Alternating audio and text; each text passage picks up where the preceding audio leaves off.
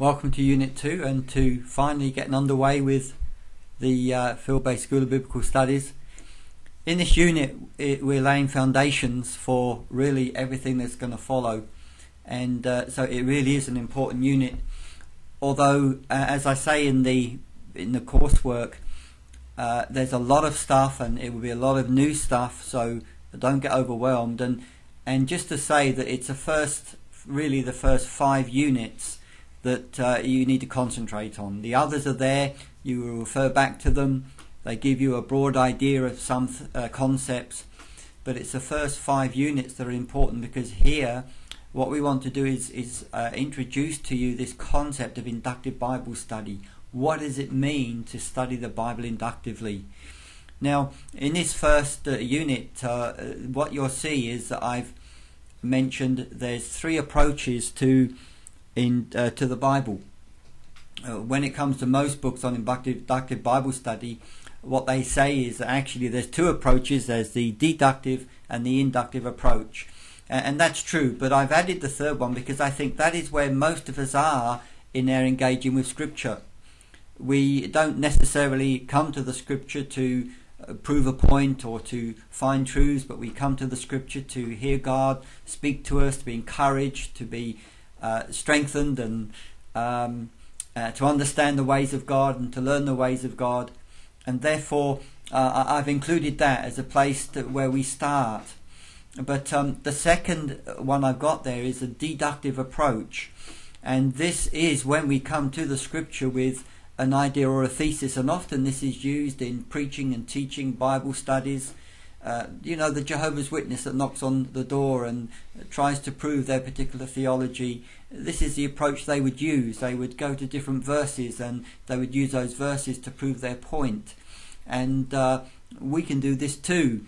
I remember many years ago when I was working in the youth group and part of the youth group in my church in Brighton, England.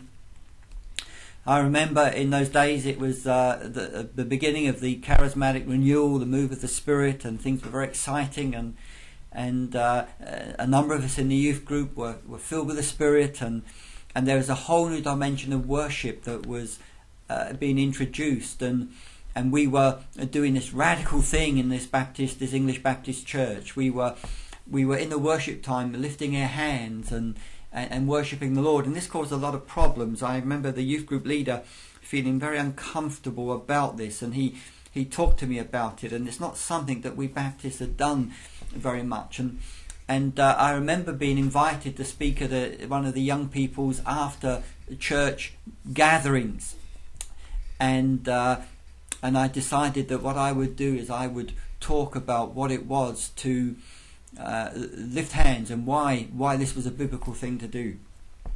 So I remember getting my concordance out, and I looked up the word hands, and I picked out all of the scriptures that spoke about lifting hands, mainly from the Psalms, but also from 1 Timothy. And I remember putting together a message and standing up and telling everybody there how when we worship we should lift our hands. And I'm sure I didn't say anything too bad, but the whole point of the message was for me to prove a point. I had this idea, this thesis, that it was the right thing to do, and then I went to the Scripture and I chose those verses that supported what I wanted to say. And we can do this, and it is often done like that. I have a friend who a number of years ago was learning Spanish in a Latin American country, and I remember how he wrote to me that one Sunday morning the pastor was preaching on Matthew chapter 18 verse 3, and Matthew chapter 18 verse 3 is that scripture that speaks about unless we become as little children we shall not enter the kingdom of heaven.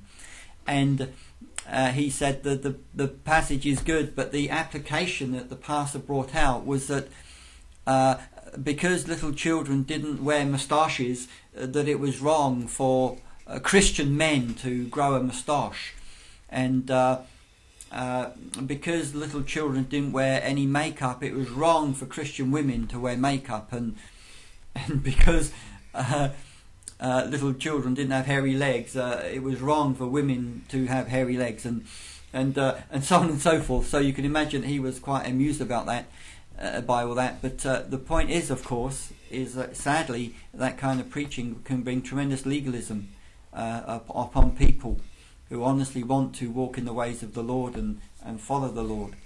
And what was happening with that dear man, who I no doubt was wanting to preach the word and to preach it honestly, he had brought his own ideas and his culture and had gone to Scripture, and then he had found a verse that he thought supported that. And so the deductive Bible study, it does have strengths, because of course if you want to focus on a subject, then you can do that. If you want to focus on the issue of prayer, or if you want to focus on the issue of being free from worry, then you would find those verses that speak about that. But the point is, those verses have to be used in the right way, and that's what brings us to the heart of what this course is about, and that is inductive Bible study. What is it mean? What does it mean to study the Bible inductively? What it means is that we do our best to lay aside those preconceived ideas and those thoughts, and we all come to the Scripture with different amounts of baggage, if you like. We come from our culture, we come from our denomination. All of us have a theology. It's either an informed theology or uninformed, but we have a theology, and all of us come to the text of Scripture with all of this. And the truth is, we bring that with us. And I remember years ago in my first SBS, the teacher, Dr. Earl Morey, invited us as students to close our eyes, and he says, I want to say 4 words, and I want you to tell me what comes to mind when you say these words. And the words were baptism and saint and church and one other that slips my mind right now. But the point is,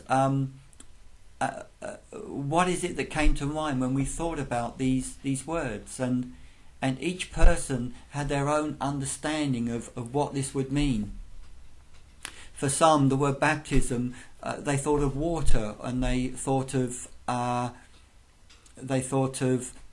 or some thought of the Spirit. And those who thought of water, some thought of lots of water, and some thought of a little amount of water. And when it came to church, some people thought of people, some thought of a building. But then those who thought of people usually saw them in the context of a building. And for saints, for many of us, they're dead people. But of course, all of these things are not necessarily what the passage in the Bible's talking about.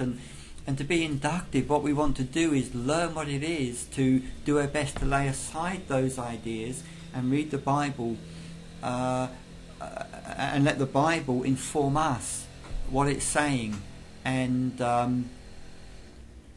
see it with fresh eyes. More on this in a moment.